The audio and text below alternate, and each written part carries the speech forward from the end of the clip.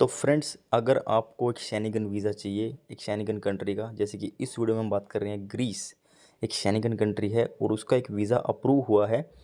Story भी हमने डाली थी इंस्टाग्राम पे, आप लोगों ने देखी भी होगी। तो उस वीडियो में और उस वीज़ा वो कैसे मिला, क्या डॉक्यूमेंट्स लगे, क्या उसका पूरा प्रोसेस था और उसकी जॉब प्रोफाइल क्या थी, या फिर कैसे आप लोग भी एक अच्छी कंट्री का, शेंगेन कंट्री का वीज़ा ले सकते हो। आपकी बैंक स्टेटमेंट कैसी होनी चाहिए, आपका ट्रैवल हिस्ट्री कैसी होनी चाहिए और आपकी आईटीआर, जो कि सबसे मेन है। तो इस वीडियो में हम डिस्कस करेंगे। Hello friends, welcome back to the channel. मैं रविंद्र दीवान आपका स्वागत करता हूं। और भाई, इस वीडियो में हम बात करेंगे ग्रीस, एक शेंगेन कंट्री के टूरिस्ट वीज़ा के बारे में। अप्रूव हुआ है, कैसे अप्रूव हुआ है भाई, क्या डॉक्यूमेंट्स थे, क्या इनका पूरा प्रोसेस था, वो सारी चीज़ें हम इस वीडियो में डिस्कस करेंगे स्टेप बाय स्टेप। दूसरी चीज़, अगर इनकी प्रोफाइल से आपकी प्रोफाइल मैच कर सकती है, दैट मीन्स इसका मतलब क्या है? इसका मतलब ये है कि भाई आपका भी वीज़ा लग सकता है। तो आप खुद ही ये वीडियो पूरी देख के आप कंपेयर कर लेना कि भाई आपको ये करना चाहिए कि नहीं करना चाहिए। अगर इनका आ सकता है तो आपका भी आ सकता है। अगर इससे आपको प्रोफाइल ऊपर नीचे है तो आपको क्या करना चाहिए। तो इस वीडियो में आपको पता चल जाएगा पूरा प्रोसेस। इनकी प्रोफाइल भी मैं डिस्कस करूंगा, जो स्क्रीन पे आपने देखा है अभी वीज़ा आया है। तो इनकी प्रोफाइल भी मैं डिस्कस करूंगा आप लोगों के साथ। कितने दिन में अप्रूव हो गया, क्या पूरा प्रोसेस था, वो सारी चीज़ें हम डिस्कस करेंगे इस वीडियो में। तो भाई इनका जो प्रोसेस था पूरा सबमिशन के बाद, सिर्फ और सिर्फ मेरे सबसे 7वें दिन इनका वीज़ा आ गया था सबमिशन के बाद।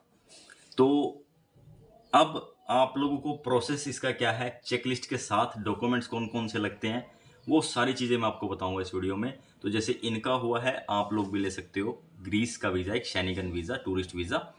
तो उसके लिए आपको क्या करना है, देखो, ये चीज़ करने के लिए ये भी खुद कर सकते हैं, लेकिन खुद इन्होंने नहीं किया, इन्होंने भी करवाया। हालांकि नॉलेज इनको अच्छी थी।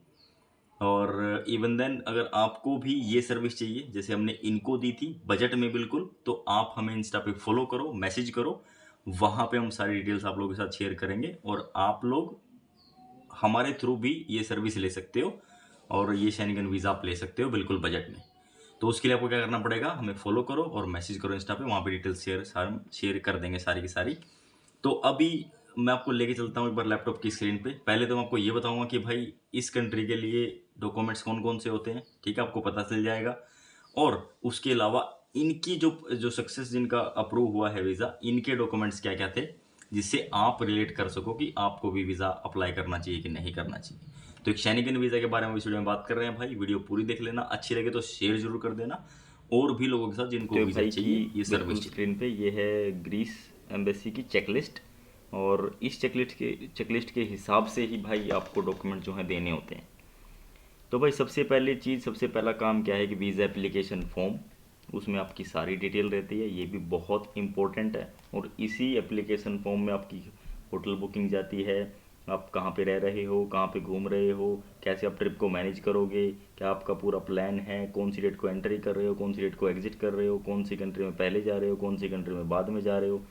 ये सारी की सारी चीज़ आपको इस एप्लीकेशन फॉर्म में डालनी पड़ती है along with your personal passport details.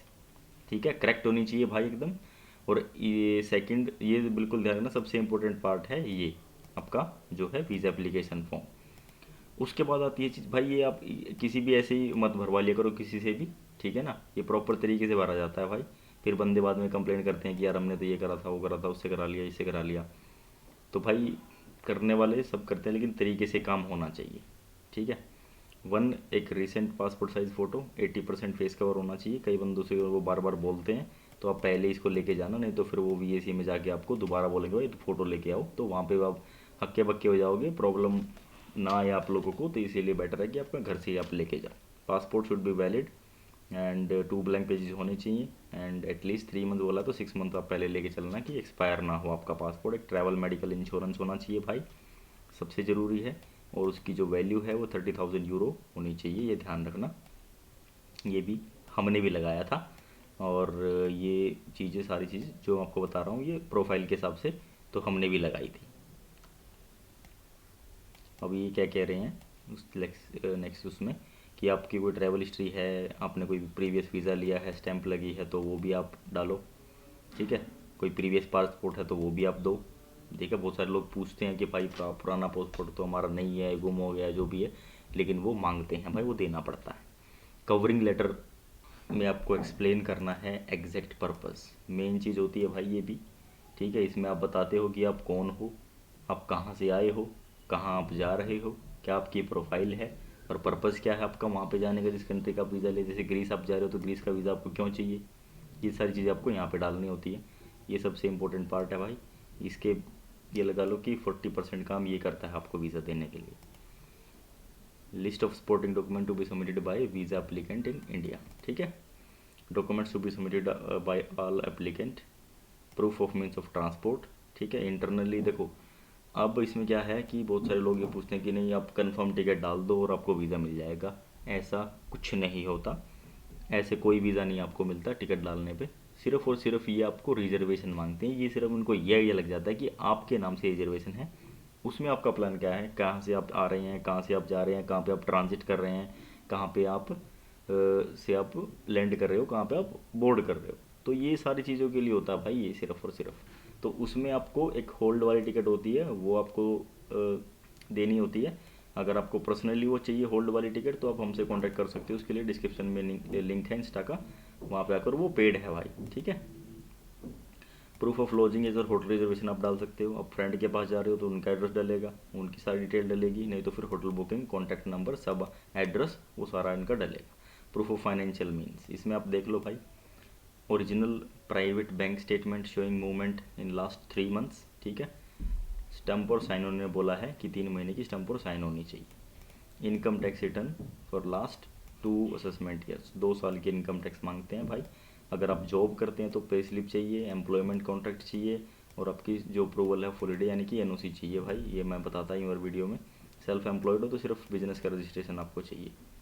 ठीक है, अगर आप स्पाउस के साथ करते हैं तो स्पाउस ट्रैवलिंग टुगेदर, तो स्पाउस का वीज़ा तो बड़े भाई आपको थोड़ा चांस ज़्यादा भी रहते हैं मोस्टली केसेस में, तो मैरिज सर्टिफिकेट आपको देना पड़ेगा।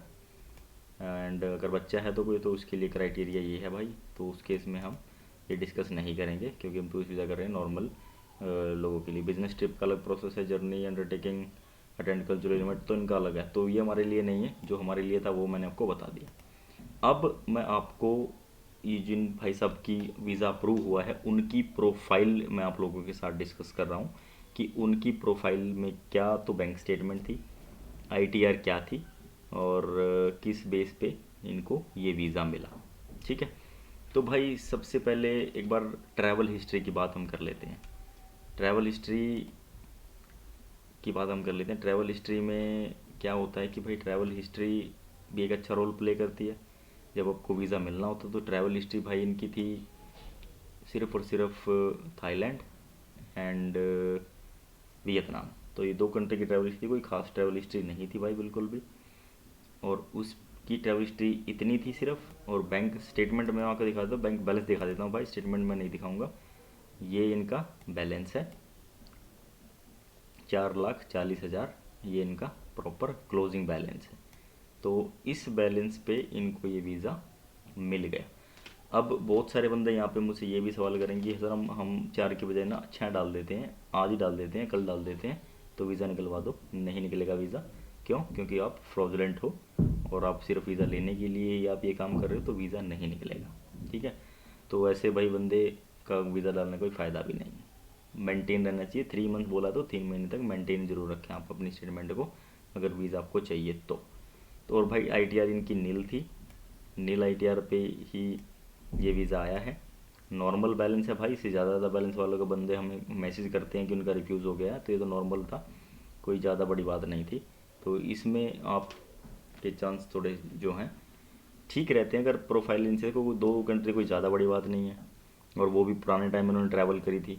और इसके अलावा अगर आप कहीं आपके पास कोई स्टिकर वीज़ा है किसी कंट्री का तो वो भी प्लस पॉइंट रहता है। तो इसके अलावा अगर आप और कुछ चाहो कि भाई अगर आपका बैलेंस इनसे पॉजिटिव है लेकिन वो मेंटेन है 3 मंथ से, तो देन डेफिनेटली चांसेस हैं कि आपको वीज़ा मिल जाए। 1-2 कंट्री की आपके ट्रैवल हिस्ट्री है तो चांसेस हैं। और इसके अलावा भाई जॉब और बिजनेस, इनकी प्रोफाइल थी सैलरी प्रोफाइल यानी कि जॉब प्रोफाइल। जॉब प्रोफाइल में भाई इनकी सैलरी आ रही थी, प्रॉपर एनओसी लगाया, सैलरी स्लिप लगाई और एक जॉइनिंग लेटर था वो लगाया, जिसके बेस पे इनको ये वीज़ा मिल गया। तो कोई फैमिली सैलरी वाली अगर प्रोफाइल है किसी की, वो भी, उसको भी वीज़ा चाहिए। अगर सैलरी मैं बता देता हूँ भाई वीडियो में ही, कि अगर सैलरी आपकी कम से कम 30,000 है तो डेफिनेटली हम ट्राई कर सकते हैं, आपको भी चांसेस हैं कि आपको वीज़ा मिल जाएगा। लेकिन हाँ, कंपनी आपकी सही होनी चाहिए थोड़ा सा, तो डेफिनेटली चांसेस बनते हैं कि आपको वीज़ा मिल जाए। अदरवाइज़ आपका कोई बिजनेस है, बिजनेस प्रोफाइल पे भी इससे भी कम अमाउंट में वीज़ा आए हैं भाई, वो भी हमने शेयर किया है पिछली वीडियोस में, आप जाके देख सकते हो। तो ऐसे ही प्रोफाइल इनकी थी, अगर ऐसी ही प्रोफाइल आपकी है तो भाई डेफिनेटली आप भी ट्राई कर सकते हो। आप इसको ट्राई दो, देन बिल्कुल बजट में आपको ये सर्विस मिल रही है भाई। और ये सर्विस आप ले सकते हो कैसे, इंस्टा पे फॉलो करो, मैसेज करो, वहाँ पे हम डिटेल्स आपको शेयर करेंगे। And within a week आपकी जो फाइल है वो है सबमिशन के लिए रेडी हो जाएगी, ज़्यादा टाइम नहीं लगता है भाई।